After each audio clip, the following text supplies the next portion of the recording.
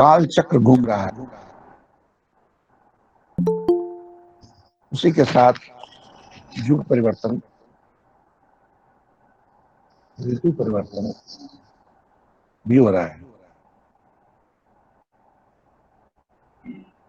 जिसका प्रभाव लोगों में तथा वातावरण में स्पष्ट दिखाई दे रहा है।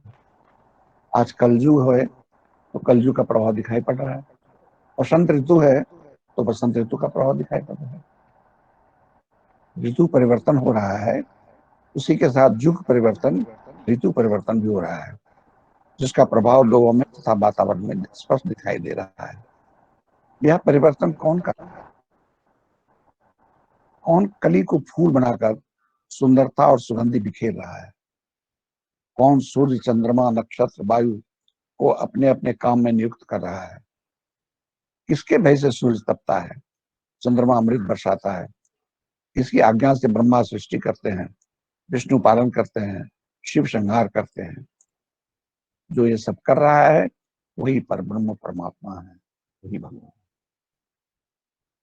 जब वे अवतार ग्रहण करते हैं तो उनका नाम और रूप होता है, रामावतार, कृष्ण अवतार, बड़ा अवतार, नरसिंह अवतार वगैरह वगैरह। जब अवतार लेते हैं ऐसे वो निराकार हैं, लेकिन अवतार लेते हैं तो उनका रूप होता है, गुण होता है, शरीर होता है, तो उनका नाम और रूप होता है। ऐसे सब रूप उन्हीं का है। जहां हम पूजा करके अपनी आस्था व्यक्त करते हैं वहीं प्रकट होकर पूजा ग्रहण करते हैं। पूरा ब्रह्मांड उन्हीं का रूप है। एक पत्थर को आप देखिएगा, देहात समय एक पत्थर में सिंदूर टिक दिया है, उसमें बेलपात फूल चढ़ा रहा है, उसी पत्थर से प्रकट होकर के भगवान हमारी पूजा ग्रहण करते हैं। उसको सब जगह है। हरि व्यापक सर्वज्ञ समाना, प्रेम ते प्रकट हो ही मैं जाना।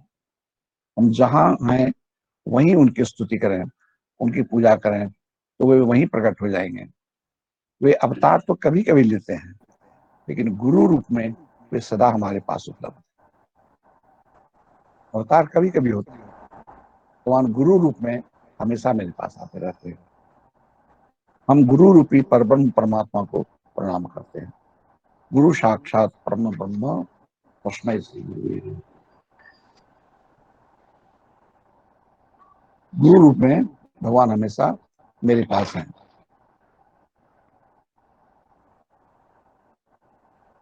अभी कोरोना का दूसरा लहर आ गया है, खासकर महाराष्ट्र, केरल, गुजरात और दिल्ली में कोरोना के केस बढ़ रहे हैं। हम लोगों को वैक्सीन ले लेनी चाहिए, मास्क जरूर पहनना चाहिए और दूरी बनाकर रहना चाहिए। 2-3 महीने में ये कोरोना भी चला जाएगा, डरने की कोई बात नहीं है। जिसके सर पर गुरु का हाथ है वो भला क्यों डरेगा? हमको सबसे अच्छा कौन लगता है? प्रश्न है, कौन व्यक्ति है जो हमको सबसे अच्छा लगता है? इसका उत्तर है, जो हमको प्यार करता है। एक कुत्ता भी हमसे प्यार करता है तो कुत्ता हमको अच्छा लगता है। गुरु व्यक्ति भी हमसे प्यार करता है, वो व्यक्ति हमको अच्छा लगता है। हमको सबसे अच्छा कौन लगता है? जो हमको प्यार करता है। वो दूर भी हो तो उससे मिलने का मन करता है। ठीक उसी तरह हम भी उसी को अच्छे लगते हैं जिसको हम प्यार करते हैं। हम भी उसी को अच्छे लगते हैं जिसको हम प्यार करते हैं। कबीर साहब ने कहा है कि पंडित वही है जिसने जीवन में प्रेम करना सीख लिया। 2.5 अक्षर प्रेम का, पोथी पढ़ी पढ़ी जगमुआ, पंडित भया न कोई। 2.5 अक्षर प्रेम का, पढ़े सो पंडित हुए। लेकिन प्रेम करना इतना आसान है क्या? जिसको घृणा है, ईर्ष्या है, जिसको दया नहीं है, जो दूसरे का सुख नहीं चाहता, शादी प्रेम नहीं कर सकता। दूसरों को खुशी देने वाला, दूसरों को खुशी देने का जो प्रयास है, उसी का नाम प्रेम है। प्रेमी कुछ चाहता नहीं है, प्रेमी सिर्फ देता है। हाँ, अपने बच्चे से प्यार करता है, करती है, उसको अच्छा से कपड़ा पहनाती है, अच्छा से खिलाती है, उससे कुछ चाहता नहीं, चाहती नहीं है, क्योंकि उस बच्चे से वो प्यार करती है। प्रेम त्याग पर आधारित है। दूसरों को खुशी देने का जो प्रयास है, उसी का नाम प्रेम है। और बिना सुख दिए हमें सुख कैसे मिल सकता है? जब तक हम दूसरों को सुख देंगे नहीं, अगर हम बीज नहीं बोएंगे तो फसल कहां से होगा? हम दूसरों को दुख दे करके कभी सुखी नहीं हो सकते हैं। इस बात को गांठ बांध लीजिए। दूसरे को दुख दे करके हम सुखी नहीं हो सकते, संभव नहीं है।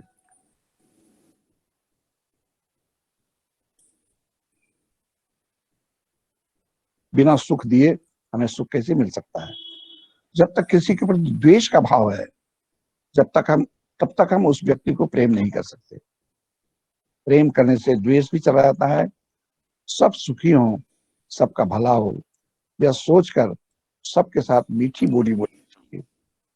उसके अच्छे कामों की तारीफ करनी चाहिए। उसको यह एहसास देना चाहिए कि हम उसे बहुत प्यार करते हैं।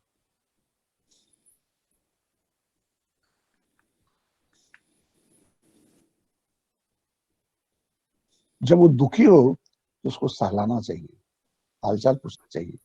जब वह सुखी हो तो उसके साथ हमें भी खुश रहना चाहिए। हमेशा अपनी विपत्ति नहीं कहकर उसके तकलीफ के बारे में, मतलब क्या है कि पहले अपना कहते हैं, हमको यहाँ तकलीफ, हमको ये तकलीफ, हमको वो तकलीफ। इस सामने वाले के बारे में हमने पूछा कभी आपको क्या तकलीफ? सब लोग अपना विपत्ति करना चाहता है। जो प्रेम करता है वो अपना विपत्ति नहीं करता, वो हमेशा प्रेमी का विपत्ति सुनना चाहता है। जब वो दुखी हो तो उसको सहलाना चाहिए, हालचाल पूछना चाहिए। हो तो उसके साथ हमें भी खुश होना चाहिए। तो हमेशा अपनी विपत्ति नहीं कहकर उसके तकलीफ के बारे में पूछना चाहिए, और जहां तक हो सके उसकी मदद करनी चाहिए। उसे धर्म पथ पर चलने के लिए, साधन करने के लिए प्रेरित करना चाहिए, क्योंकि यही सुखी होने का मूल मंत्र। एक ही आदमी अच्छा भी है और बुरा भी। हमेशा उसकी अच्छाई की चर्चा करनी चाहिए। प्रेम में रस है, रस में नाम है। प्रेम में अमृत है, प्रेम अमी है। प्रेम में रस है, और जहां आनंद है वहीं सच्चिदानंद।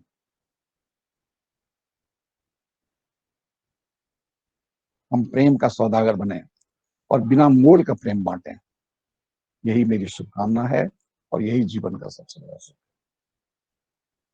हमको ये नहीं मिला, हमको ये मिलना चाहिए था, हमारा ये नहीं किया, ये तो हम लोग दिन रात बोलते हैं। कभी हमने ये सोचा है कि दूसरों को सुख पहुंचाने के लिए हमने क्या त्याग किया है? इवन घर में भी, पत्नी हो, बच्चे हो, हमारा प्रयास होना चाहिए वो सुखी रहे। उसको गिफ्ट देना चाहिए, उसके अच्छे काम की तारीफ करनी चाहिए, उसको सम्मान देना चाहिए, उसको ये एहसास देना चाहिए कि हम तुमको बहुत प्यार करते हैं, माँ है, पिता है। क्योंकि एक व्यक्ति भी अगर विश्व दुखी है तो हमारी यात्रा बेकार है।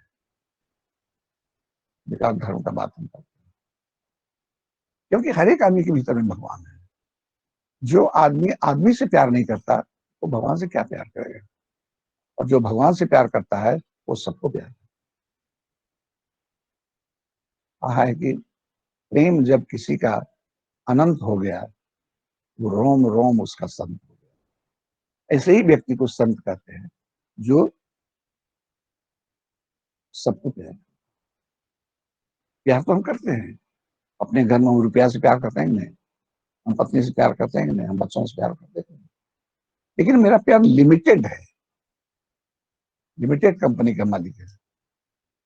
और जिसका प्यार अनलिमिटेड है वो गुरु, वो संत है, वो महात्मा है। उसके घर में सब आता है। देखिएगा जो सिद्ध महापुरुष हैं, बाघ भी आता है, सांप भी आता है, भैंसा भी आता है, भेड़िया भी आता है, सब, क्योंकि वो सबको प्यार करता है।